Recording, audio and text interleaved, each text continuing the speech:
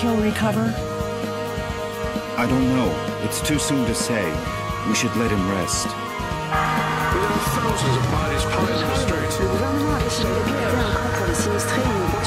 He's been very feeble for weeks. He can't get up. He doesn't speak. Do you think we should call a doctor? Call a doctor? Here? You're right. Let's just hope he wakes up one of these days.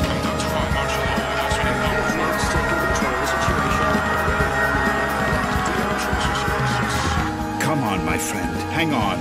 Don't give up. Please, let me get out of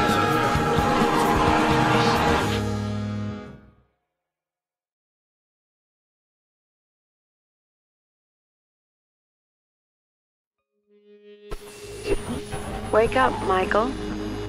Come on, you have to wake up.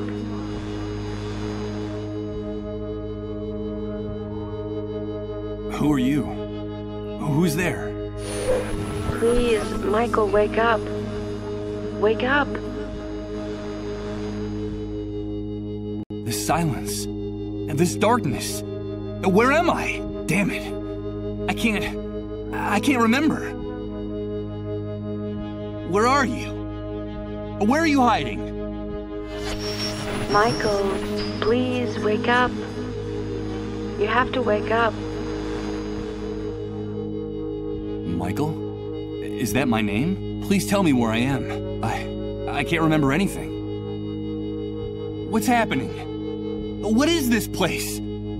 Please, tell me. Wake up, Michael. Please wake up. Wake up now.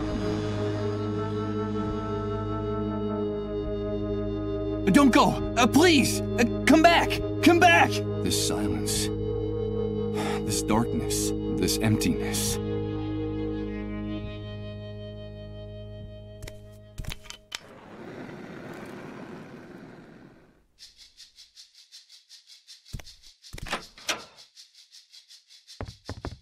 Good morning. I hope you're feeling better. But... Now don't be alarmed. I'm glad you feel strong enough to get out of bed. That's wonderful news. I must say you're looking much better, considering what you've been through, of course. Who are you? Ah, yes, of course. Forgive my manners.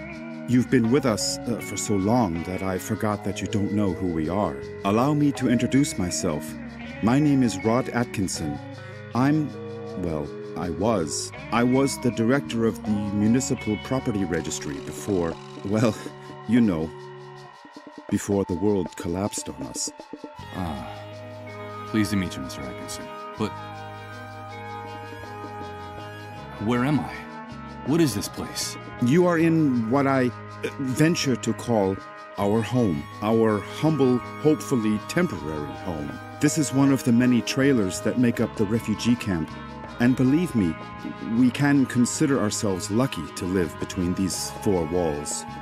Most of the inhabitants of this hellhole, excuse my crude language, have nothing more than plastic tarps and cardboard for shelter. Wait a second. Did you say refugee camp? Yes, of course. The Facility for Temporary Accommodation of Disaster Victims is what they called it. You know, after the army declared martial law following the catastrophe. You look a little confused, if you don't mind my saying so. Do you really not know what I'm talking about? I don't know. I'm afraid not. Let me ask you. Can you tell me what I'm doing here? Yes, of course. I think we owe you an explanation. A few days after the Great Wave, we found you lying in a ditch near the airport. You were badly injured and unconscious. We couldn't just leave you there. Someone had already stolen your luggage and identification. It was awful. So we decided to take care of you ourselves and brought you here. You've been with us ever since. By the way, I should tell you that when we found you, your clothes were ripped to shreds, so we threw them away. The clothes you're wearing now are mine. You'll find more things in that wardrobe. If you need anything, just help yourself. Thank you, Mr. Atkinson. But... the Great Wave? What are you talking about? Well, what would I be talking about? That damned, excuse my language, explosion that brought ruin to all of us. The origin of this filthy new world that now seems to be our permanent reality. But do you really not remember? Do you really not remember anything about all this? I feel a little weak and dizzy, Mr. Atkinson. Excuse me. I'm afraid I can't. I can't remember a thing. I see. There have been many cases like yours in the camp. Try to rest and not to get too agitated. Well, there's one thing I can tell you. You can consider yourself fortunate. There's nothing nice to remember about recent times, believe me. You said with us. Who else lives here? Ah, yes, of course. I still haven't properly introduced my family to you. Now is a bad time, but I promise to make proper introductions later. My wife and I sleep in the other room, and, well, little Colin sleeps with us. Colin? Yes, Colin is our only child. Our one ray of hope since the catastrophe. I'm going to confess something to you. Colin is the only reason my wife and I still struggle to keep going in this new world. We would have given up a long time ago if it weren't for him. Of course. I understand. So that was your wife's voice that woke me up a few minutes ago, right? My wife? No, that's impossible. My wife has been with me in the other room the whole time. We haven't come out of there for hours. But I'm glad you're feeling better and are fully conscious now. I guess we could say you've been reborn. And although the circumstances aren't the best, simply being alive nowadays is practically a luxury. So, welcome to our home. From what you've told me, I see that you've saved my life. I'm very grateful, Mr. Atkinson. No, please. You don't have to thank us. We just did what we had to. It's our moral obligation to uphold the ethical principles of civilization in this new world. But call me Rod, please. And, well, we also did it for Colin, you see.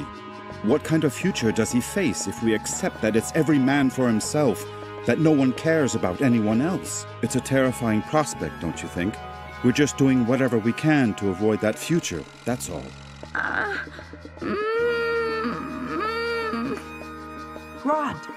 Rod!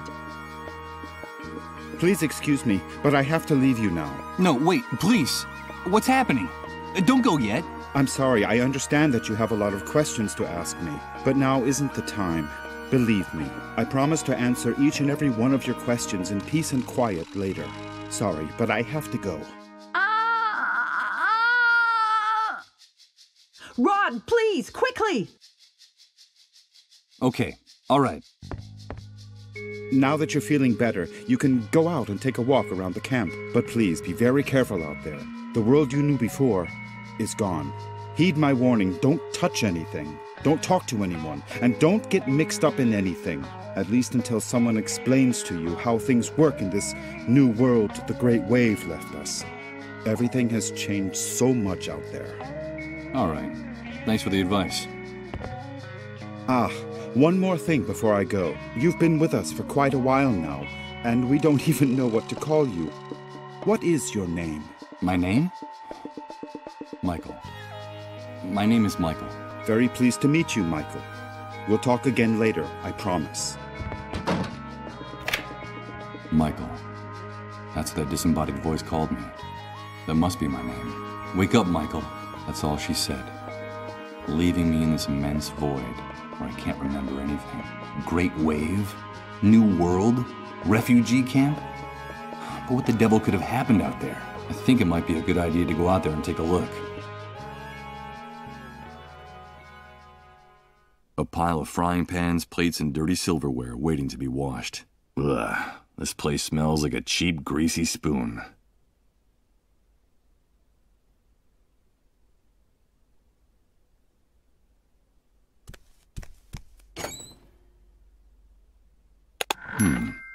There's a very worn old notebook hidden under the lid.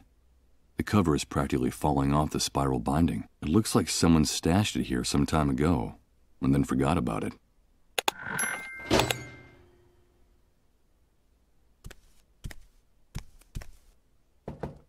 Impossible. It's locked. I'm afraid my host forgot to unlock it before he left. Good God. What the hell happened here? Rada was right. I don't know what hit this place, but whatever it was, it struck into its very foundations, without any mercy whatsoever. What's happening now? You better hide, dude. Don't you know that it's dangerous to show your face when the cleanup brigades come into the camp? You're new here, aren't you? Yeah, you could put it that way. Well, welcome to your new home. I'm Hank, but everyone calls me the Hunter. I'm Michael. But what's going on up there? Nothing, Mike, just routine. The cleanup brigades are taking away a sick person, a dissolved. You know how it is, just doing their job. Ironically, that house belongs to one of the camp moles. Those traitorous scumbags. Brigades, dissolved, moles. I don't know what you're talking about. I can't remember anything. Oh, I see, you're a blankhead. Well, you better get up to speed real quick if you want to survive here, Mike. Find me if you need help, dude. I can get you whatever you need. Doesn't matter where it is, how fast it runs, or where it tries to hide. That's why they call me the Hunter. All right, I'll remember that. Come back here! Don't take her away! Don't you know who I am? Come back here!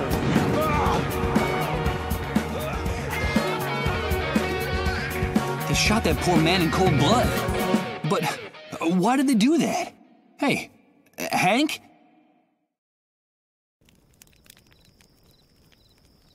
I'm afraid he's gone. Ouch! Damn it! This vacant lot is full of trash and broken glass. I managed to rip open the sole of my foot and a rusty nail. Hey, it's not a good idea to walk around barefoot in this enormous trash heap. You won't get very far without shoes. Yeah, thanks for the tip. The tip is yours to keep. But if you come near my things, you're a dead man. Understood? Wait, I recognize you. Aren't you the guy Rod's been taking care of in his trailer all this time? Yes, I am.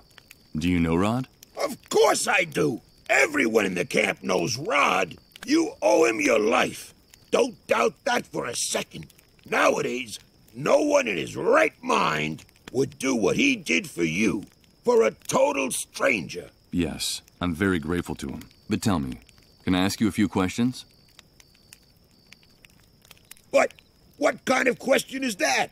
Where have you been all this time? Sleeping in a cave? Well, you could say that. The Great Wave is the reason we're confined here like animals. The entire world went to hell in a handcart that day, and we went with it. I've been able to see that with my own eyes. Can you tell me anything else? Okay, I'll tell you what I know. The Great Wave hit us one Friday afternoon right out of the blue. I remember it perfectly because I'd just come out of an important meeting at that precise moment. I'd made a lot of money from a very fat contract. Yes, sirree, Bob. Very, very fat. First, we felt the ground quaking, as if a volcano was about to erupt right under our feet. I had to get out of my car and run. Then came the explosions. Glass broke. Buildings toppled.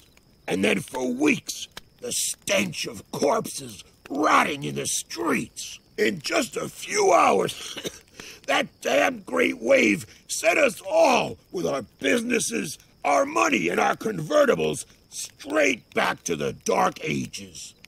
The Dark Ages? Of course! Are you surprised? In a matter of minutes, we were left with no electricity, no water, no communications. And after the initial chaos, the dissolved started to show up. And that horrible gash opened up in the sky. That stupid breach up there that no one in this hellhole has bothered to explain to us. The fact is that the remains of the old system only held up for a few weeks. And through the cracks, what you see around you started seeping in. The new world, right? Yes, indeed. You catch on fast. The new world was here to stay. Welcome to the future, son. Not exactly the way you pictured it, huh? Confined? Do you mean we can't leave the refugee camp? Refugee camp. I've always found that term amusing. It seems like things on the other side of the fence work a little better. But here, look around you. Does this look like a refugee camp? It's an army detention camp And you're a prisoner. Once you come in here, you lose everything, even your name.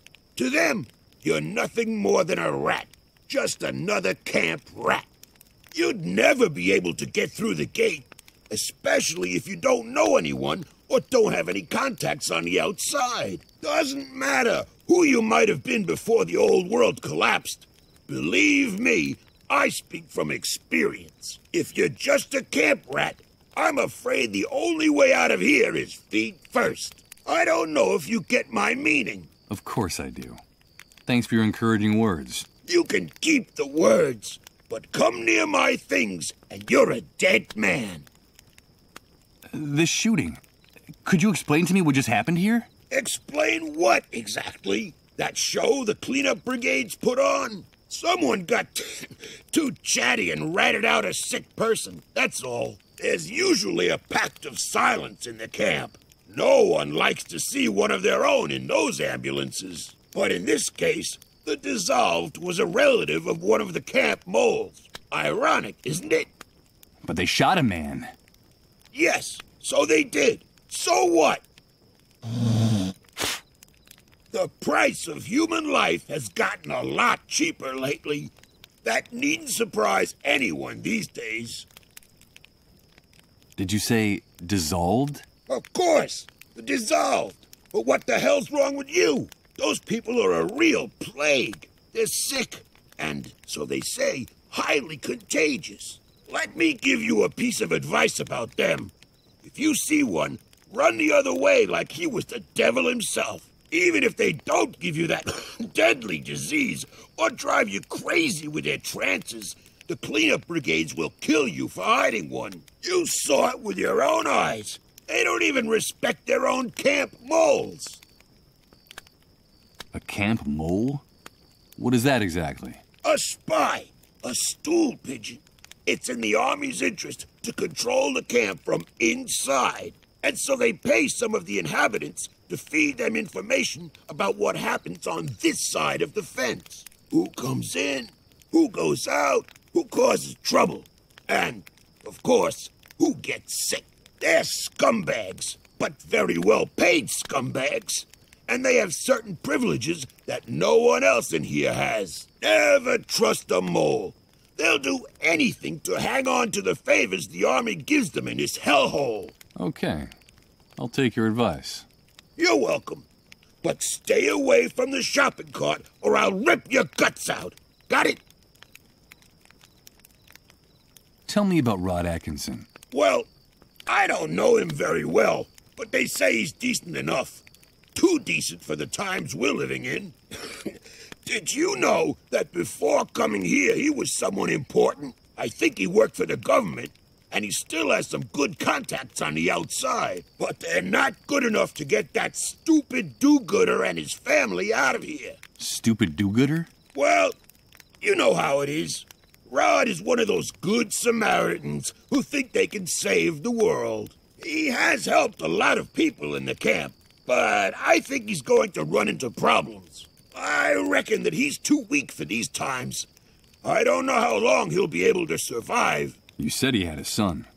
A pretty good reason to hang on, don't you think? Yes, Colin. I haven't seen that kid running around here for some time. Do you know if he's all right? I don't know. I still haven't seen him. His father told me about him. Well, I'm glad he's not anywhere near me. That brat doesn't have anything better to do than to try to snoop in my shopping cart. Well, I'll be going on my way. Good luck to you, pal. Just be sure to stay away from my things.